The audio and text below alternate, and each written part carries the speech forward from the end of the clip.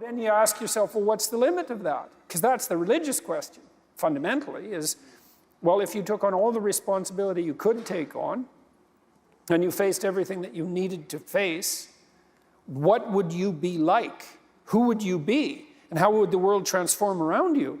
And, well, if the partial answer is, well, if I do that a little bit, things get a fair bit better, then the next question might be, well, what if you did that completely?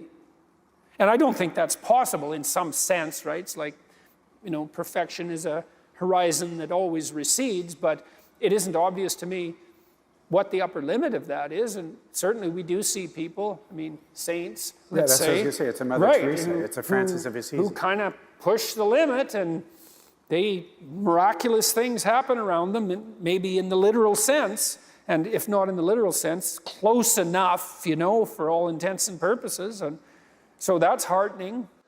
I now welcome to our stage our own president, Father Dave Pavanka, TOR.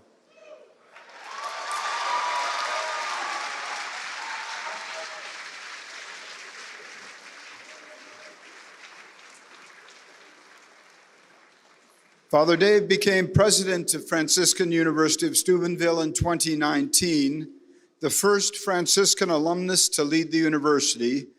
Father Dave also earned a Master of Divinity, an MA in Theology, a doctorate in education, an executive Juris Doctorate. He is a member of the Most Sacred Heart of Jesus, province of the Franciscan Third Order Regular. He was ordained a priest in 1996.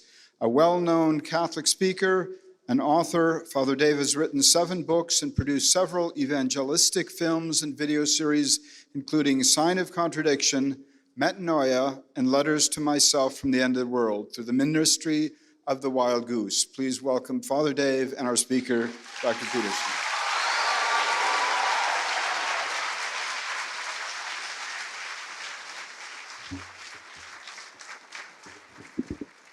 Well, thank you so much. And again, I'm just very pleased at the turnout and everybody being able to join us this evening. As Dr. Peterson and I were talking this morning, one of the things that he was mentioning was that he often doesn't come to universities anymore for many reasons. And we asked him, well, then why did you accept our invitation? And his response was, because you seem different. I hope that was a compliment.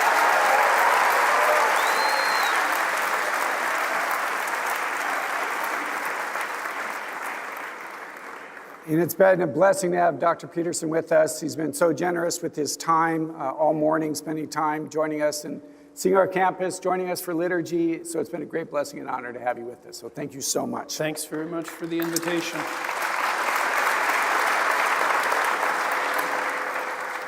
So I appreciated Dr. Peterson's discussion on the corpus of the scripture of the Bible and the book. And one of the things that he and I had talked about was to discuss a book, not the book. Fair enough? Yeah, definitely. So when I was praying and discerning about which chapter I wanted to talk about and what I thought was most appropriate, there were a few things that were going through my mind. On Monday, we're starting the holiest week of the year for us. We're entering in a Holy Week, which is a time that invites the church and the people of God to look at the cross, that is ultimately going to lead us to the cross, and how suffering is so central to the Christian experience, and Christian redemption comes about through suffering.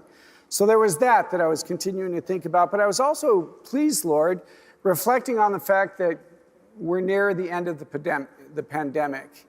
And one of the things that I've been praying about over the last many weeks and months is how the pandemic has placed in forefront of our culture suffering and death and pain.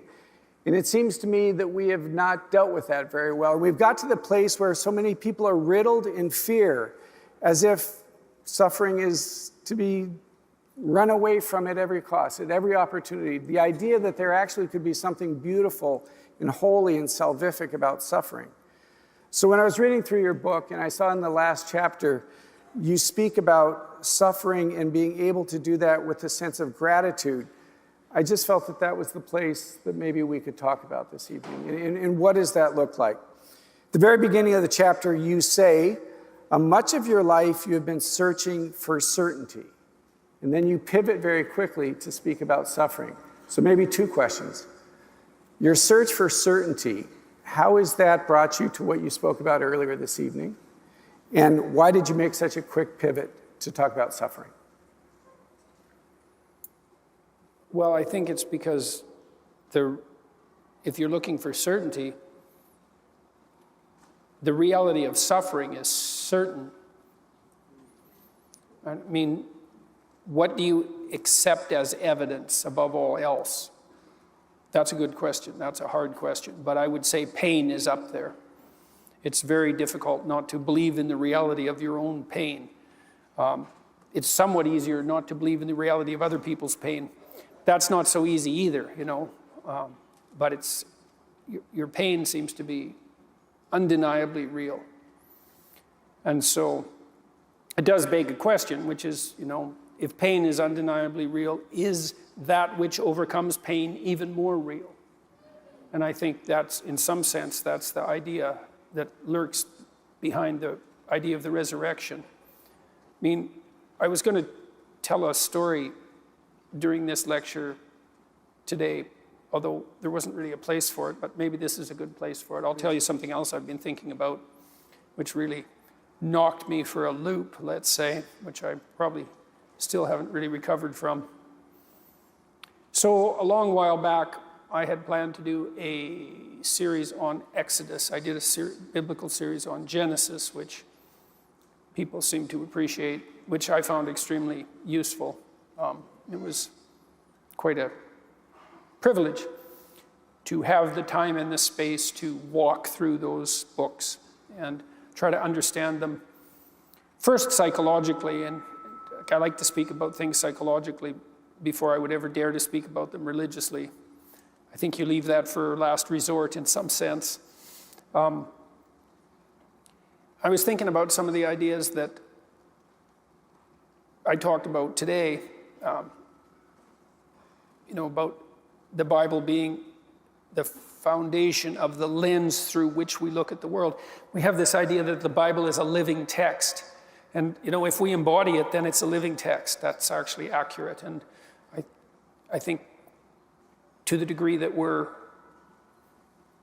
avatars of the Judeo-Christian tradition, that we do embody it for better or for worse. And we're stuck with that, or blessed by it, or both. The reason I didn't tell you the story was because I didn't know how to weave it into the theme that I was developing tonight, but it's relevant to the theme of suffering and the reality of suffering, and perhaps what might be more real than suffering. So I'll tell you the story. Hopefully I can do this reasonably briefly. When Moses is leading the Israelites through the desert, I'm very compelled by that story. You know, so for example, one of the things that's really interesting about it is that the story begins with a tyrannical state, and then it's the Spirit of God that leads the Hebrews. Maybe it's the Spirit of God that characterizes the Hebrew longing for freedom. And that's kind of an interesting idea, you know, psychologically. You think that, what's the Spirit of God? The Spirit of God is that which manifests itself within you in opposition to tyranny. Could be, you know, that's not a bad idea. It's quite an idea. It's a remarkable idea. And maybe it's true. It's certainly the case that that's how God is presented in that story, and in many other ways, but that being paramount above all. And you know, there's another corollary to that, which is, well, we shouldn't be subjects of tyranny if we're children of God, if we're Israel, and Israel means we who struggle with God. It's not appropriate for us to be subject to tyranny. And that's interesting too, because I think we sort of accept that idea at face value in the West, is that, yeah, slavery is wrong, obviously. It's like, it's not so bloody obvious, these things. You know, one of the things that I'm really curious about in relationship to the postmodern types who make group membership the sine qua non of existence is, why is slavery wrong? Exactly. It's like if it's just one, if we're all groups and one group lords it over another, it's like, that's not wrong, it's just tough luck for the oppressed group. There's no wrong there, because it's only wrong if we're sovereign individuals, right, with some intrinsic worth, who are not to be subject to arbitrary tyranny. That's when it's wrong, and you have to accept all those other axioms before you get to say anything about slavery being wrong at all. Otherwise, it's just, hey, like Marx pointed out, it's just brute economics. And so you can make a moral judgment about that if you want, but what's your criteria for saying that it's wrong? And of course that would upset people on the radical left who want to presume that it's intrinsically wrong without having to presume all the things that you have to presume to make it intrinsically wrong, and without even noticing that that's just a sleight of hand. In any case, so that's part of that biblical narrative too. We're not the sorts of creatures who should be subject to tyranny. And then the tyranny might be, well, is it the tyranny of a state, or is it the tyranny we impose on ourselves? And I would say probably both. Why not both? The story could be referring to both. We tyrannize ourselves with our own presuppositions all the time. And then you might ask yourself, why? Why don't we just give up our tyrannical presuppositions? Because they're not worthy and they're oppressive, but we don't give them up, and we often celebrate them. And I think the story has an answer for that too, because it's out of the tyranny into the desert. It's like, is that better or worse? How about worse? And so what if it's the case that even to escape from the tyranny of your own presuppositions, that you don't go from the tyranny to the promised land, you go from the tyranny to the desert? And who the hell, wants to do that? And the answer is no one with any sense. It's like, hey, I'll just keep the tyranny, thank you very much. At least I know where everything belongs there. And fair enough. I mean, this is a very serious question, and it's an open question in the Exodus narrative whether the desert is worse or better than the tyranny. And so, you see this in the real world. Lots of people in the Soviet Union pined for the days of Stalin. So I read a book once that was reminiscences of a extermination camp written by the guards, the good old days. So I don't think there's a tyranny that's so brute that we can't long for it if it's been shattered. And so that's quite something, all that packed up in that story. Anyways, so the Israelites are out in the desert, and they're there for 40 years, and you might think, well, what kind of leadership do they have? It's not that big a desert. And the answer is, yeah, but the desert after a tyranny, that's no bloody joke, and maybe it takes 3 generations to get through it. And that's possible. And so there's all that. And then the Israelites are wandering around in the desert, and what happens? Well, the same thing happened to them as is happening to us. They're worshiping false idols, and they're tempted. And it's no wonder they're tempted, because, well, they're in the desert. It's like it's not going so well. It's no wonder they're having a crisis of confidence, and maybe they're pining for the old days, and they're not so sure that the God who informed them that being the subjects of tyranny was wrong, because now here we are in the desert. And so they lack faith. And it's understandable. But despite it being understandable, and this is one of the harsh things about the story, what does God do when he hears their complaints? He sends poisonous snakes in there to bite them. I think that's pretty brutal. And that's the sort of thing that makes the technical atheist type sort of recoil about the conceptions of God in the Old Testament. It's like, it's not exactly what you'd expect in some sense from an all-merciful being. It's like you got these poor Israelites. First of all, they were in the tyranny. Then they had to go across the Red Sea. Now they've been wandering around in the desert, and that's not good. And so your best solution is to send a bunch of snakes in to bite them? But you think, well, even if you're in the desert after a tyranny and you lose faith, then the snakes are going to bite you, right? Because that's what happens. Because if you're in, a little analog of hell and you lose your faith, is that going to make it worse or better? And the answer is, well, I have reason to lose my faith. It's like, fair enough. That isn't the question. The question is, what happens if you lose it? or you start looking for faith in the wrong directions. And the answer is, hell gets a little deeper. And it's one of the things that really frightened me. I spent a lot of time studying atrocity, and I realized on a metaphorical level that the reason hell is a bottomless pit is because no matter how bad it is, there is some bloody stupid thing you can do that will make it worse. And that's right, and that's a terrifying realization to really understand that. And so, okay, poisonous snakes. And so now the Israelites are not only lost, but they're being bitten by venomous creatures. And there's an echo of the snake in the Garden of Eden in that story. And so finally the Israelites, they get kind of tired of being bitten by the snakes. And they go to Moses and say, you want to have a chat with God because you seem to be in there fairly tight with him. How about you get him to call off the snakes and maybe we'll behave a little better. How's that for a deal?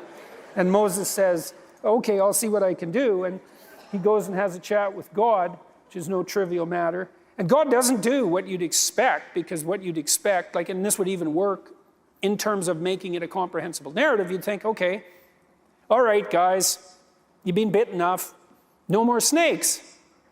But that isn't what happens. And I think the reason that it doesn't happen is because there's no getting rid of the snakes. I think that's also why there's a snake in the Garden of Eden, is there's just no getting rid of the snakes.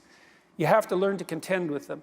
It's more that. Or maybe it's better to learn to contend with snakes than it is to inhabit a world where there's no danger. Maybe it's something like that. I don't know. Anyways, God says something extremely surprising and very interesting from the perspective of a clinical psychologist. He tells Moses to cast snake in bronze and to raise it up on a staff. And the staff seems to me to be a reference to the staff of Moses. And that staff of Moses is something like the thing you put in the ground to orient yourself with. It's the staff of God too, and it's sort of like an axiom. And maybe it's like the tree of life. It's like, here I stand. It's a center point. It's all of that. In any case, you put the snake up on the staff. That's also the symbol of healing, right? The physician symbol of healing, the staff with the snakes. And so it is a symbol of transformation, and partly that's because snakes shed their skin and are reborn, and so they're viewed as agents of transformation. And so that's all lurking in that symbol. And then God says, get the Israelites to go look at the snake on the staff, and then the poison won't poison them anymore. And I read that as a clinician. I thought, that's really interesting, because one of the things that we learned, all schools of psychotherapy learned in the last 100 years, is that if you get people to voluntarily confront what makes them afraid and what makes them want to avoid, then they get better. It's curative. And so that's the message there. It's like, well, if something is terrifying you, pay more attention to it. And that's actually what you teach people in psychotherapy. I mean, there's a variety of psychotherapeutic techniques, but exposure is probably the cardinal technique. It's like, if I can find out what you're avoiding and get you to confront it voluntarily, you'll get better. And the reason seems to be is that if you get people to confront what they're afraid of, and sometimes what disgusts them, but what they'd like to avoid, let's say, if you get them to confront it voluntarily, that could be the future even, the indeterminate future, they don't get less afraid. They get braver. And that's different. It's not like they get accustomed to what they're looking at and they're no longer afraid. That kind of happens, but it isn't really what happens. What really happens is they discover there's a lot more to them than they thought. And so they're not as easily intimidated then. And so if you run a clinical client through a session of exposure therapy, maybe they're afraid of an elevator or something like that, you get them so they'll go in the elevator, then sometimes they're often women, because women have anxiety disorders more often than men. One of the unintended consequences of that often is they'll go home and have the fight with their husband that's been brewing for 30 years. Because they're now braver. They see themselves in a different light because they've confronted this thing that terrifies them. And so it's so interesting in that story that God's cure for the venomous serpent is voluntary exposure to the source of terror. It's so interesting that that's the case. But and this is relevant to the issue of suffering, right? To confronting suffering dead on, to actually focus your attention on that which you would like to avoid. One of the remarkable parts of that story is also that one of the scariest words ever is, if I was God, they wouldn't have been bitten in the first place, right? So they've got the serpent's on the pole, but they're still going to get bit. And I think that's what's essential about that, is just because the serpent is there, it doesn't mean that everything is fixed. It now looks like... Snakes are still there. But the transformation that takes place is the focus of the suffering becomes a symbol of faith for them. And that's obviously in the cross. Well, and part of the faith is the faith that enables them to go look at the serpent to begin with. Absolutely. Okay, so that leads us to the next part, which is in John, because Christ says, thousands of years later, that he has to be lifted up like the serpent in the wilderness. It's like, okay, what in the world is going on there? Because that's a hell of a thing for anyone to say about anything ever. And it's right, because what does that mean? Why would the Son of God compare himself to a serpent, and why that particular serpent and that serpent in the wilderness?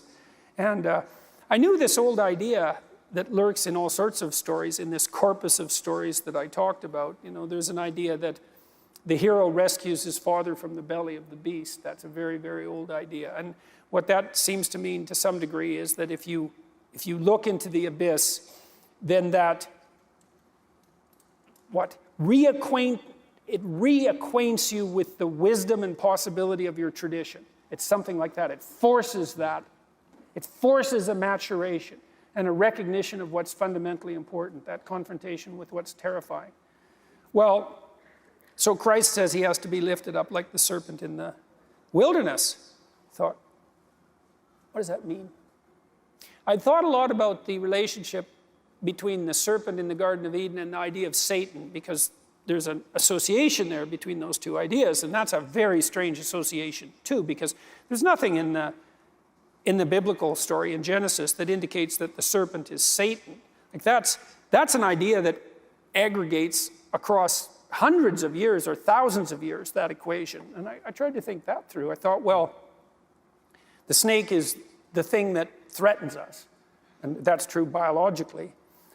We're wired to be afraid of serpents, especially poisonous ones, and they've been in an antagonistic relationship with mammals for like 60 million years, very long time. But in some sense, the idea of Satan is, he's the ultimate in serpents.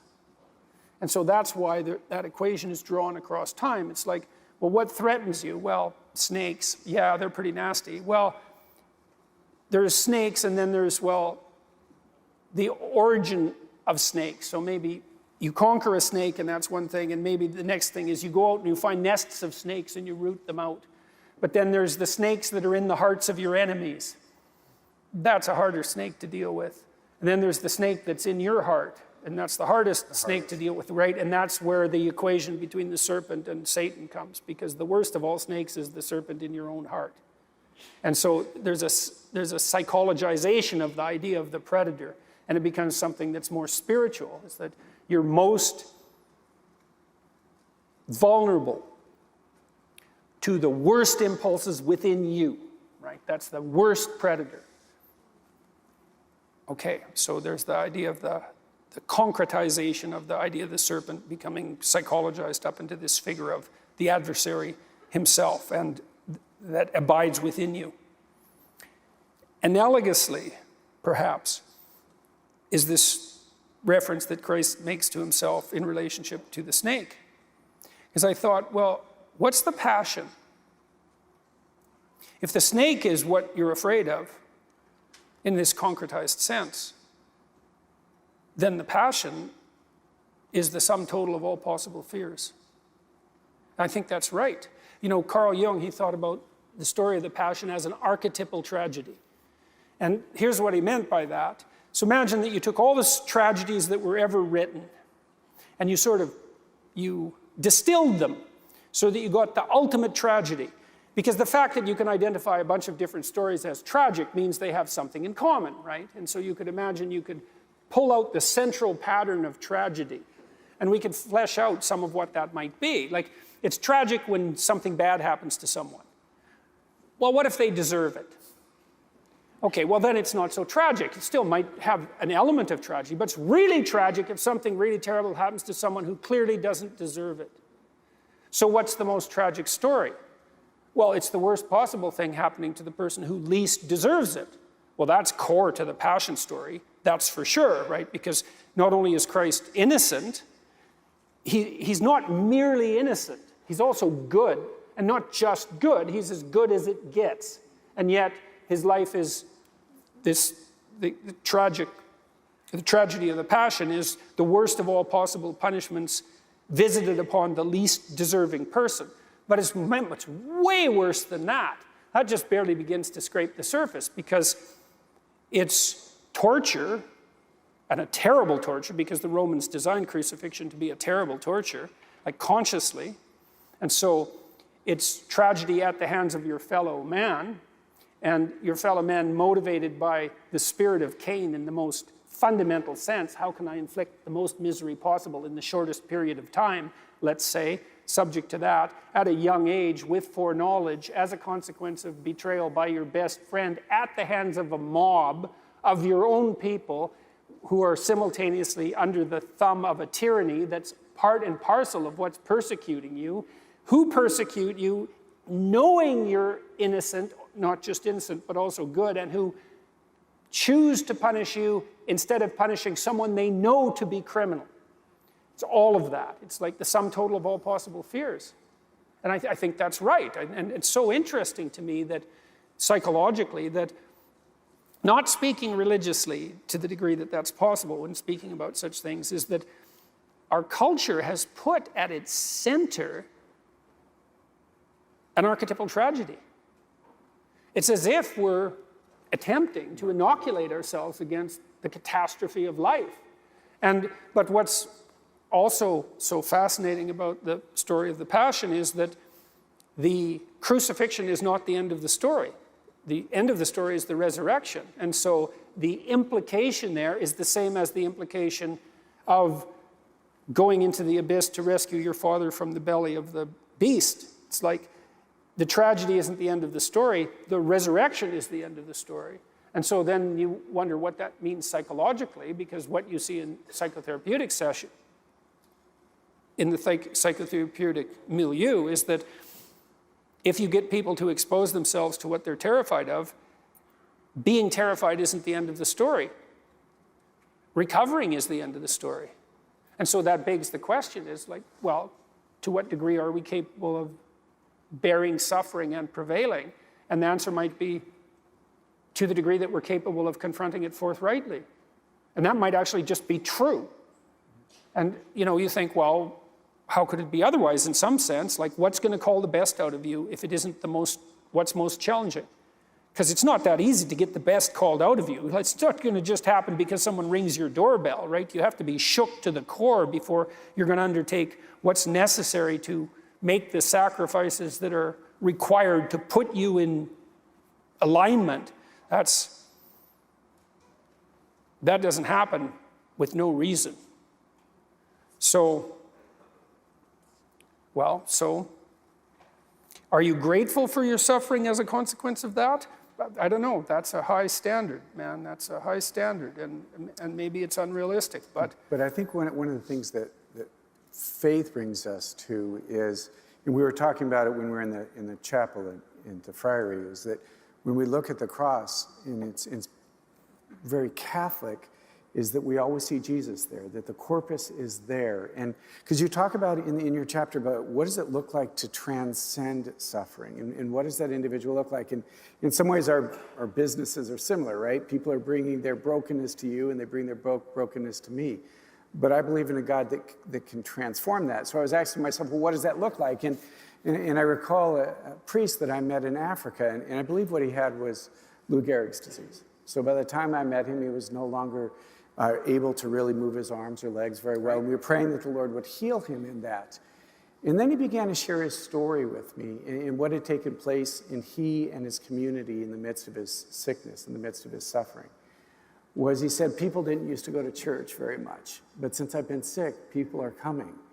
And that they wouldn't line up for confessions, but since I've been sick, there's a long line of people coming to confession. He said the church was half full, and now it's packed. He said people begin to speak, and they say that I'm more empathetic, that I'm more compassionate, that I'm more loving, that I'm more kind. And I'm embarrassed to admit that at that moment, as he was sharing his story about the transformation that was taken both in he and in the community, I was praying, Lord, please don't heal him. Because if we believe that this is what I want to be, right? I want to be loving, and I want to be kind, and I want to be generous, and I want to be empathetic. But I don't want it to be through the cross. There's got to be another way that we can discover that. So, wouldn't it though, right? But the fundamental key to the central Christian reality is it's through that cross that we are transformed. It's by, one thing I was reflecting on, Jesus embraces his cross, his suffering, and says yes to that, a yes which I just can't and imagine. Mary says yes to it too. Yes, right? yes. Because she offers her That's the son question to that I want to talk about, is which is more difficult for he does. Hey, good question. Thank you. I'd rather not Just a do second. either. Good question. Thank you very much. I think we're done. Thank you for coming. Right? But isn't that in fact the case? Is that when Jesus embraced his suffering, he gives life to the world. He breaks the power over this evil one, over the snake, and gives life. Suffering is no longer meaningless. Actually, it's salvific. But the same thing happened with this priest in this community in Nairobi, Africa, is that he embraced the suffering, and it transformed him, yes, but it also transformed the community around him, because they saw the way and the manner with which he suffered. And he embraced that, and he found that to be transformative. Isn't that what it means when you talk about transcending this? And you talk about how the impact that can have on another person watching. That's what the invitation, that's what the gospel is inviting us to. Yeah, that seems right to me. Okay, so how do you reconcile this? Thank you. Another point. Reconcile them in what's So you tell the story, and you tell the story beautifully of the passion and the resurrection, but how do you personally approach that? How do you reconcile this reality? I think that's what you try to do in your life. You know, I mean, this is an idea that I derived, I would say, in large part from reading Carl Jung. He talked about, psychologically again, about the two great ideas about Christ. You know, there's the idea in John, and that Christ is the Word that was there at the beginning of time and at the end of time. It's this temporally eternal divine Word, impersonal in some sense almost. What do you mean by that? Well, because it's something that extends from the beginning of time to the end of time isn't so evidently human, you know? It's elevated beyond the confines of what's merely human. But it lacks something as a consequence of that too, right? It lacks time and place. Yeah. And the way Christianity... The nature of the incarnation. Yeah, exactly. It bridges that gap. I had a student once who asked me, why don't we just tell the same archetypal story over and over? Why do we need all these variations? And I thought, that's a really good question. I'm not exactly sure about that. And then I thought, oh, it's related to this issue, is that there's the divine Word, but there's the incarnation, and the incarnation indicates that the specifics of time and place are just as important as the eternal that surrounds it. And so then I would say, well, that's probably true in each of our lives, is that, well, how do we reconcile this? And well, that's your ethical adventure, how you reconcile that.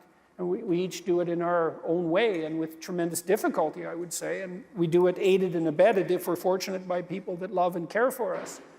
But that is the challenge, you know, a huge part of the challenge of life. And this is something I tried to concentrate on in this last chapter, is how do you bear the suffering that is at the crux of life without becoming tempted and embittered?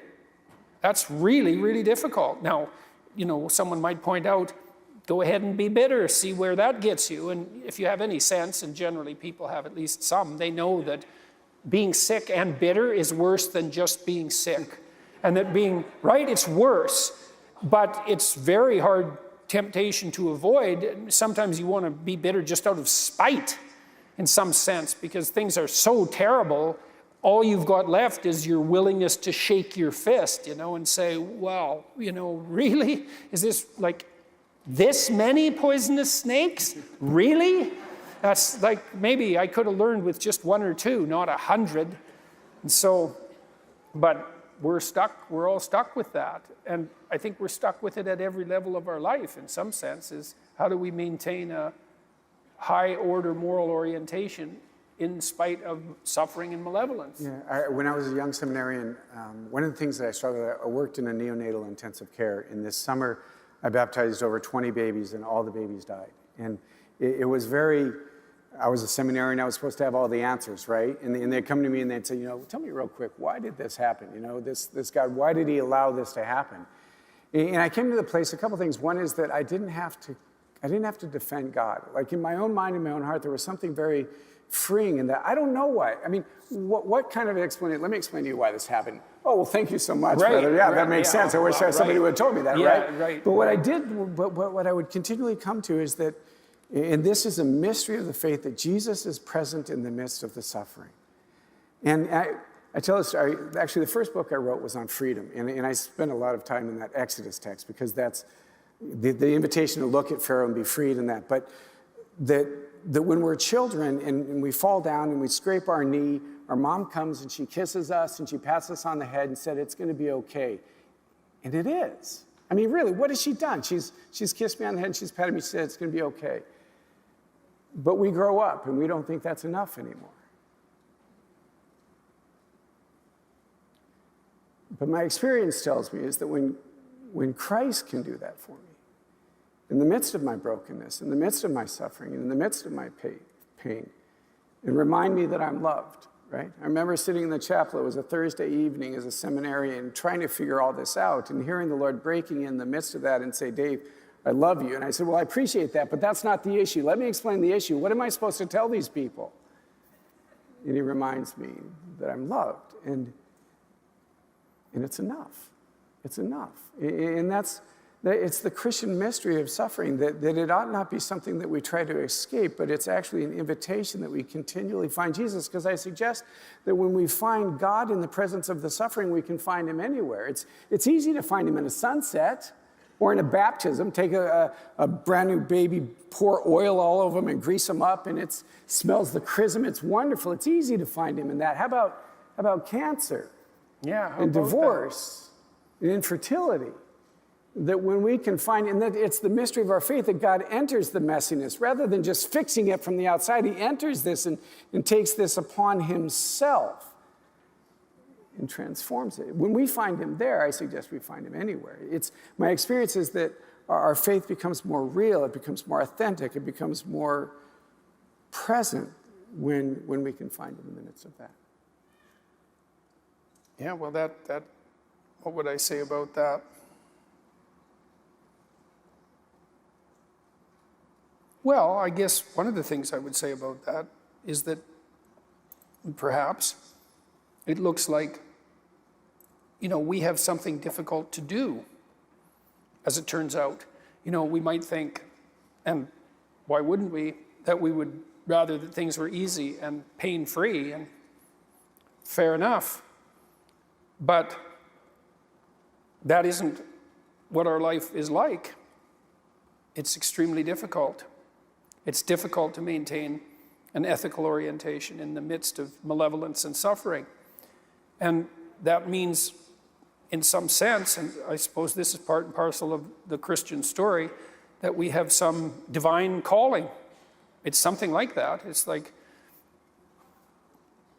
and that divine calling is to establish what's good in the midst of what isn't.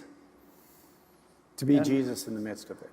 To be Christ. Yeah, that's the the question. See, I guess I don't know exactly what to make of that, because I don't know to what degree we're called on to find Christ in the middle of that, let's say, or to be lifted up like that in the middle of that. I think it's both and.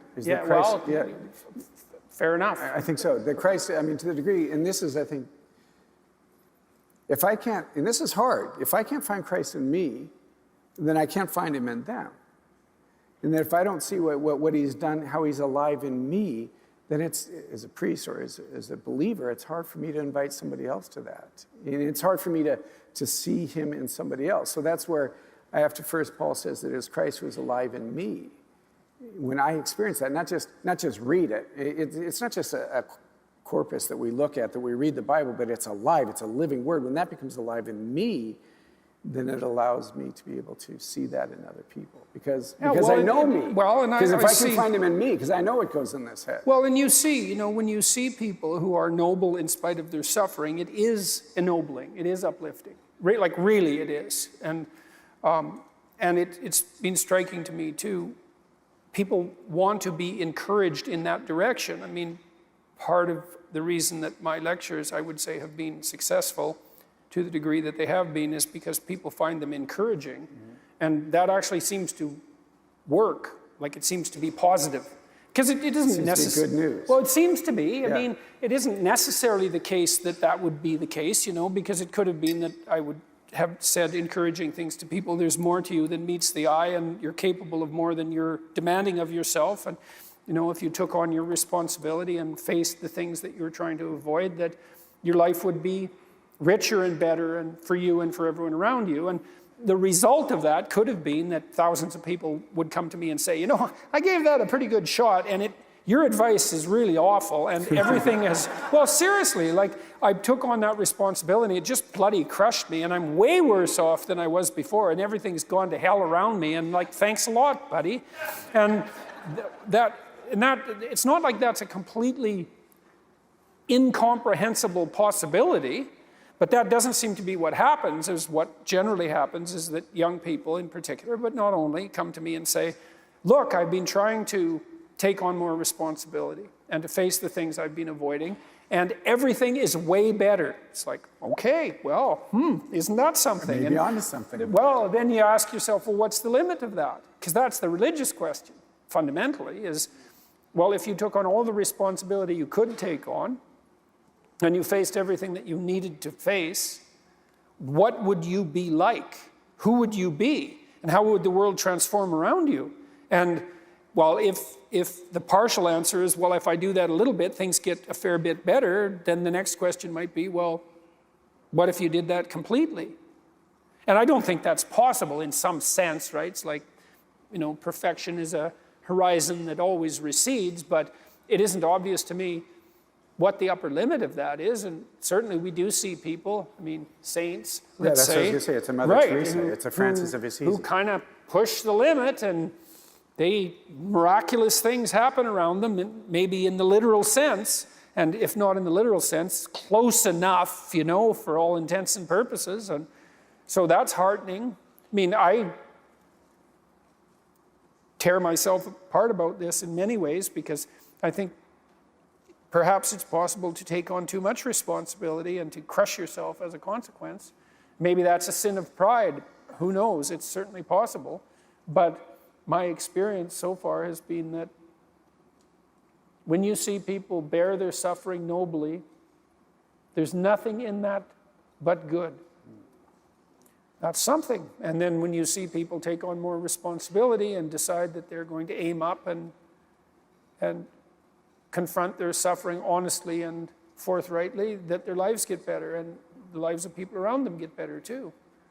And so that's very strange as well, because it also means that the pathway to less suffering is through suffering, right? And that would be hopeful if the world was constituted that way. It's like, well, there's suffering. How do you make it worse? Run away. How do you make it better? Confront it. Yeah, but it's suffering. It's like, yeah, but it's there. There it is. It's right there. It's a precondition for existence or something like that. And it's like you have something important to do as well. And you confront it, and that's the pathway to transcending it. Probably. It's rough. Maybe we wish it would be different, and maybe we don't too. Yeah, when I was reflecting on parts of your chapter, one of the things I was reflecting on in light of also the snake, right? Well, I think a good suggestion is not to have a conversation with the serpent, all things being equal, but he ultimately, they believe the lie, right? And I think isn't one of the greatest lies of the culture of the evil one, I would say. And I find it really interesting. You use the word the adversary in Satan, which from a psychologist and a scientist, this morning you said, yeah, you meant that there is an evil, there is a personification of evil. If you read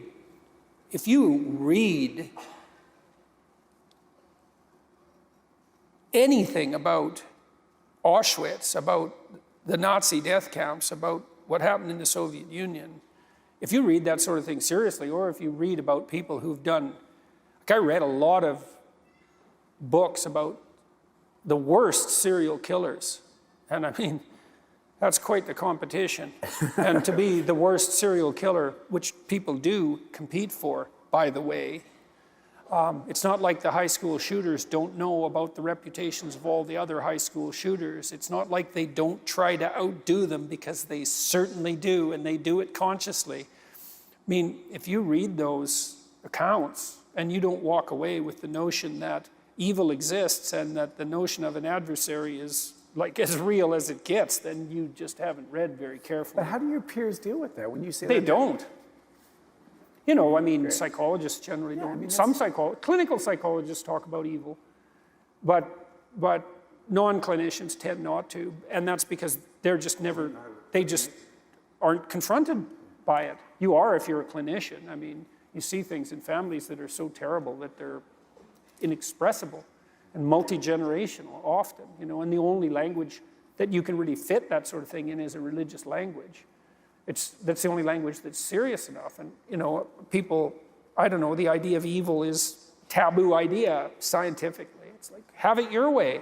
You know, one of the things that Solzhenitsyn claimed was that the Nuremberg judgments were the most significant ethical event of the 20th century, or at least among them, because the Nuremberg judgment was that some things are wrong, right? You don't get the excuse, I was following orders. You don't get the excuse, that's how my culture looks at it. You don't get any excuses, that's what a crime against humanity is. It's like, do you believe in crimes against humanity? The answer is either yes or no, because those are the two answers. And if it's no, it's then, okay, you have the world where that's the belief and see how that goes. And I'll have the world where I think that there are things that are evil, and we'll see how that goes. And because you're going to not condemn the imposition of pointless suffering on people for the sake of the suffering, that's not wrong in some fundamental and transcendental sense. I mean, you can say no, you know, say, I don't believe in evil. It's okay, but that has its consequences, and one of the consequences is you can't condemn evil. That's a problem, you know, or maybe not, but it's not like a world where you don't condemn evil. It isn't like there aren't consequences to that decision, you know. And I also think that there's no good where there's no evil, right? And so if you dispense with the idea of evil, don't you simultaneously dispense with the idea of good? I mean, because if something doesn't exist, how does its opposite exist? And if evil doesn't exist, then how does good exist? Because in some sense, those two things they're integrally linked in their reality. One of them only can't exist, right? That isn't how things work. If there wasn't something that wasn't good, there couldn't be good. And maybe that's the reason there's evil, you know, metaphysically speaking, because you might ask yourself, well, why would God make a world that's characterized by evil? And the answer is, well, maybe evil can exist as a possibility, but not a reality. It could, if we did things right, evil could exist as a possibility and not a reality. Maybe to that end, Augustine says, a quote that I wrote as I was preparing, God would not allow any evil to exist unless out of it he could draw a greater good. This is the part of the wisdom and the goodness of God. And as the believer, we see that ultimately in the crucifixion of Jesus, that we call Good Friday, there's this craziness that we call it Good Friday, in the darkest day of human history. But it's good, right? That day is good because of the salvation that comes about from that. But to be able to make that step, honestly, I think my suspicion is a lot of people that come and see you as a psychologist is because they're not able to reconcile that. They're not able to figure out that there is actually a good and an evil, and those two things ought to be recognized and seen. Yeah, well, it's very difficult to reconcile, especially if you know, one of the things you do that does happen to you as a clinician, and no doubt as a priest, is that you see people are shattered, not because their life is tragic, although that does happen, but because they've been touched by malevolence. Like, tragedy in and of itself isn't enough. You know, you can bear a fair bit of tragedy, but if someone had it in for you, and, you know, you were betrayed, and your life was blown into pieces because of the voluntary betrayal of someone who was aiming at your destruction. And, You think, well, that doesn't happen. It's like, yeah, well, you better wake up, because if you're asleep like that, it could easily happen to you. And I wouldn't recommend it, because it happens to people all the time. And sometimes they do it to themselves. And that's brutal. I recall the story of one of our graduates. She was a nurse, and she was just bathing a patient, and the head nurse and was kind of watching her. And she pulled her aside a couple of days later, and she said, I've watched the way you treat the patients. You treat them differently. She said, there's a tenderness about you and an ability to see the person. There's just something different. And she asked her, what do you attribute this? And she said, I suppose two things. I've suffered greatly. And this was a young woman that I'd walked with and has known horrible abuse within her family, which is just such a violation. Right. But she said, I've suffered greatly, and then she said, and I've been loved greatly. And it was interesting that her colleague could see that there was something different about that, and she attributed to ultimately suffering and ultimately to being loved. Yeah, well, it does seem, it can catalyze a kind of maturity that would be evidenced in that sort of interaction. We could probably go on for a while, but we're time. A parting thought.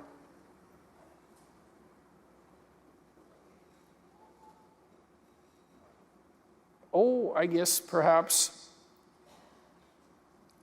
I'm hoping that perhaps that you Catholic types stop being so apologetic for your virtues. Amen. You know, one of the things that the radicals are really good at is weaponizing guilt.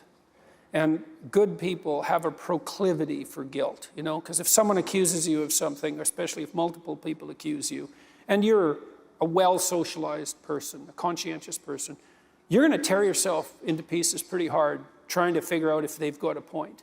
And that's fine, you know, fair enough. But it makes you vulnerable to another satanic synonym is the accuser. Yeah, sure. Right. This question is, well, how susceptible should you be to accusations? And that's a tough one, because like I said, if you're a good person, it's pretty easy to feel guilty. But the problem with that is your guilt can be weaponized. And that's definitely happening. So all of you people with your privilege. So, you know, I guess I'd part with that thought. I think part of the reason that there's an injunction, a religious injunction, to atone is to come to terms with your privilege so that it can't be weaponized. Maybe. It's more complicated than that, but it's a good start. It's like there are all sorts of advantages you have that other people don't have. And no doubt disadvantages as well, right, that are unique to you. But let's stick with the advantages. It's like, well, what makes you deserving of those advantages? And it can't really be historical happenstance. You happen to be born American, you know, which is relatively good fortune, because you can really not attribute that to you. You don't deserve that in any sense. So how do you justify it? And I think the answer is by leading an ethical life. Like, that's actually the answer. It's not like you should lead an ethical life. You should. That's not the issue. The issue is that's how you atone for your unearned privilege. And the advantage to that is your guilt can't be weaponized under those conditions, not by other people, which is very important at the moment, but also by you. It's like you think, well, I've got these advantages. Well, what am I doing about them? I'm doing the best I can with them, right? That's how I justify them, is I try to treat them as gifts, and I try to make the most out of them in a way that's maximally beneficial for me and for everybody else simultaneously. I'm actually trying to do that. It's like, well, who could ask for more than that? And I think that's one weapon in the culture war. It's like, if you're living an ethical life, you know, if you're doing your best, well, maybe you can stop apologizing for your privilege. And maybe that would take one weapon away from the people who want to burn everything down, because they definitely want to burn everything down. Mm-hmm. So I invite the choral, if you guys want to come up and get set. We're going to have a closing hymn. Just to that end, though, one of the things that you and I talked about, and I think it's important about the university, is that the goal for our students is just that. You know, it's to be able to go out into a world and be holy and be a saint. And ultimately, I think that that's what the world needs is men and women that are going to live courageously. I loved how in this chapter you spoke so oftentimes about courageously. Well, this is hard. It's hard to live this life. It's hard to be faithful. It's hard to be good. It's hard to be right. And yet, it's the challenge that I think our student body has accepted, the call that the Lord has on their life to be a saint. Yeah, well, I think that's the basis of any real education, is that, you know, it's a call to nobility. It's a call to virtue, fundamentally. Because what good is education if it's not a call to virtue? So I also asked Doctor if he would mind if we prayed with him before we're through with the evening. His wife wasn't able to join us, but you're certainly welcome anytime. I offered him a job earlier, and he didn't say no. But I must say, in many of our conversations today, some of the things that we're doing here and some of the things that you're working on, I think there's a great synergy and a great way that we can collaborate. So I look forward to. Oh, wouldn't that be good? This is a collaboration, I suppose. So. John Paul is going to come up, and I just invite you, if you want to just, why don't you stand and you remain seated, and we're just going to invite the congregation to stand. We're just going to ask the Lord's blessing upon Dr. Peterson and also his wife and his son and daughter, that the Lord would continue to pour his blessings upon them. And John Paul is just going to lead us in a song, just a very simple song of blessing. So we ask the Lord to bless you, Dr. Peterson. Lord bless you And keep you, may his face shine upon you. Gracious to you, Lord, turn his face toward you and give you peace. Heavenly Father, I thank you for bringing our brother to us today. I ask your blessing to be upon he and his wife, his son and his daughter. Let them continue to know your love and your peace, your healing. Father, I pray your protection upon his work. Continue to inspire him, give him courage, give him strength. That as Mother Teresa remind us, we are but a pencil in the hand of God, and that you would continue to pour out your blessing, that he would write well. Fill him with your grace, your presence in the midst of his own suffering. May he discover and find you there. May the Lord pour out his blessings upon you, Dr. Peterson, God who is Father, Son, and Holy Spirit. Amen. Thank you very much for joining us. Thank you very much. Thank you all.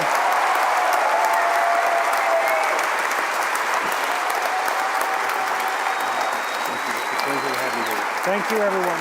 Much appreciated.